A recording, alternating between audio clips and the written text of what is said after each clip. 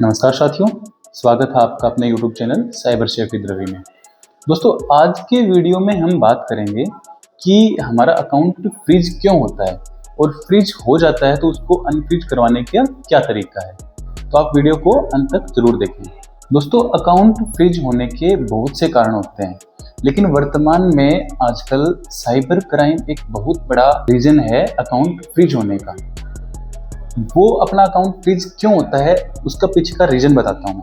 जब अपने अकाउंट में कोई अनऑथराइज्ड या फिर जो पैसा अपना नहीं है वो पैसा अपने अकाउंट में आ जाता है और फिर उसकी कंप्लेंट हो जाती है तो अपना अकाउंट फ्रीज हो जाता है। या फिर कोई पैसा है जो कि साइबर फ्रॉड में इन्वॉल्वमेंट है वो अपने अकाउंट में आ जाता है, चाहे वो लेयर फर्स्ट में आओ, लेकिन लेयर सेकंड में आओ, लेयर थर्ड में आओ, तो अपना अकाउंट फ्रीज हो जाता है। लेयर फर्स्ट सेकंड का ये मतलब है कि जैसे मान लो फ्रॉड हुआ है किसी और के साथ में, 1,00,000 रुपए का फ्रॉड हुआ है, उसमें से 50,000 किसी और के अकाउंट में आए, फिर वहां से 10,000 किसी और के अकाउंट में आए, 50,000 किसी और के अकाउंट, ऐसे करते करते 5वें 6ठे नंबर पे अपने पास में 5,000 रुपए आ गए।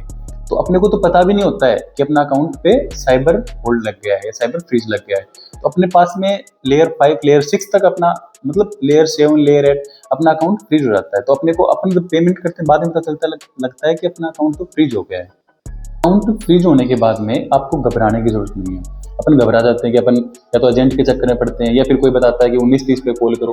1930 पे कॉल करने से अकाउंट अनफ्रीज नहीं होता है, वहां से आपको जानकारी मिलती है और वो सब जानकारी आप बैंक से ले सकते हो। क्योंकि बैंक के पास में जब किसी अकाउंट पर साइबर फ्रॉड लगता है तो बैंक के पास में एक नोटिस पूरा रहता है। उस नोटिस में पूरा लिखा हुआ होता है कि भाई यहाँ से इसका अकाउंट पर फ्रीज लगा है, इस थाने से लगा है, ये डिस्ट्रिक्ट है, ये इसके नंबर है, ये इसकी ईमेल आईडी है, ये इसका स्टेट है और इस अमाउंट की वजह से, ये अमाउंट आने की वजह से इस पे होल्ड लगा है या इस पे लीन लगा है या इस पे फ्रीज हुआ है। अब आप बैंक में जाते हो, बैंक में कर्मचारी मतलब या तो बता देते हैं या फिर बोलते हैं कि आप 1930 पे कॉल कर लो। तो फिर जिसका अकाउंट फ्रीज होता है वो बेचारा 1930 पे फोन करता है, 1930 वाले उसको बता देते हैं। लेकिन काफी बार क्या होता है, बहुत सारे बिजी रहने के चक्कर में उसको बता भी नहीं पाते तो वो परेशान होता है। तो परेशान होने की जरूरत नहीं है। तो पता चल जाता है कि मेरा बैंक अकाउंट फ्रीज हो गया, उसके बाद में आप सीधा बैंक जाइए। कौन से बैंक में? आपके रिलेटेड बैंक में, जिस बैंक में आपका खाता है उसकी नियर बाई किसी भी ब्रांच में आप जा सकते हो। वहां जाके डायरेक्ट आप बैंक मैनेजर से मिलिए। अगर आपके कर्मचारी हेल्प नहीं करे तो आप बैंक मैनेजर से मिलिए। उनको बोलिए कि सर आपके बैंक में हमारा खाता है, आपका कर्तव्य बनता है कि मेरा अकाउंट फ्रीज क्यों हुआ है या फिर कहाँ से हुआ है वो मुझे आप बताइए। उनसे आपको कौन कौन सी जानकारी लेनी है कि सर कौन से अमाउंट से मेरा खाता फ्रीज हुआ है, कहाँ से फ्रीज हुआ है, अपने स्टेट से हुआ, अपने डिस्ट्रिक्ट से हुआ है, अपने नियर बाई किसी थाने से हुआ है, किसी अदर स्टेट या अदर डिस्ट्रिक्ट के थाने से हुआ है। उस थाने के नंबर भी आप ले सकते हो, उसकी ईमेल आईडी भी आप ले सकते हो और उसकी आईओ के नंबर भी आप ले सकते हो। ये सब चीजें बैंक के पास में होती हैं, पूरा नोटिस आता है, बैंक का काम है आपको प्रोवाइड करवाना, तो आप बैंक से ले सकते हो ये सब चीजें। उसके बाद में एक चीज ध्यान रखने की जरूरत है, काफी एजेंट बोलते हैं कि मैं तुम्हारा अकाउंट अनफ्रीज करवा दूंगा। ध्यान रखना, एजेंट के चक्करों में कभी अकाउंट अनफ्रीज नहीं होता है। अकाउंट अनफ्रीज वहां से ही होगा जहां से आपका फ्रीज लगा है। जिस थाने से आपके अकाउंट पर फ्रीज लगा है, कंप्लेंट लगी है, उसी थाने से एनओसी मिलती है, वो एनओसी फिर बैंक में जाती है, फिर अकाउंट ओपन होता है।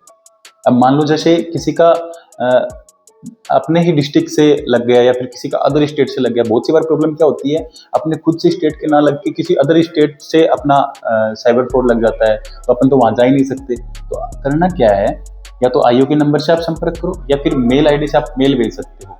अगर वो मेल का रिप्लाई आपका नहीं आता है तो आपके नजदीकी थाने में आप जाओ। हर थाने में आजकल साइबर हेल्प डेस्क बनी हुई है, वहां से बोलो कि सर यहाँ से मेरा, इस स्टेट से मेरा ये साइबर फ्रॉड लगा हुआ है, मेरा अकाउंट फ्रीज हो रखा है, तो आप इससे मेल भेज दो। क्योंकि तरीका यही है, जिस साइबर सेल से आपका अकाउंट पे होल्ड लगा है, लीन लगा है, फ्रीज लगा है, वहां से ही उसी आईओ के द्वारा एनओसी मिलेगी, तभी आपका अकाउंट ओपन होगा। तो एजेंट के चक्कर में तो बिल्कुल मत पड़ना कि कोई एजेंट के चक्कर में पड़ गए, पैसे दे दिए, उसको ओपन करवा लिया। अकाउंट फ्रीज होने पर आप ना तो डेबिट कर सकते हो ना क्रेडिट कर सकते हो। ये जानकारी हमने आपको पहले वीडियो में दी थी। होल्ड होने का मतलब क्या होता है, अगर अपना अकाउंट होल्ड होता है तो होल्ड 2,000 रुपए का हो गया, 4,000, मान लो अपने अकाउंट में 10,000 रुपए हैं और अपने अकाउंट में सस्पिशियस अमाउंट आया 2,000 रुपए, तो 2,000 रुपए का होल्ड लगता है, बाकी 8,000 रुपए आप काम में ले सकते हो। उस पर होल्ड क्यों लगता है, उस पर जांच होती है फिर बाद में कि ये पैसा कहाँ से आया है, उसकी पूरी जांच होती है। दूसरा मैं बताता हूँ, उसमें एक लीन भी लगता है, अमाउंट लीन हो गया, बोलते हैं कि सर हमारे अकाउंट में तो अमाउंट लीन हो गया।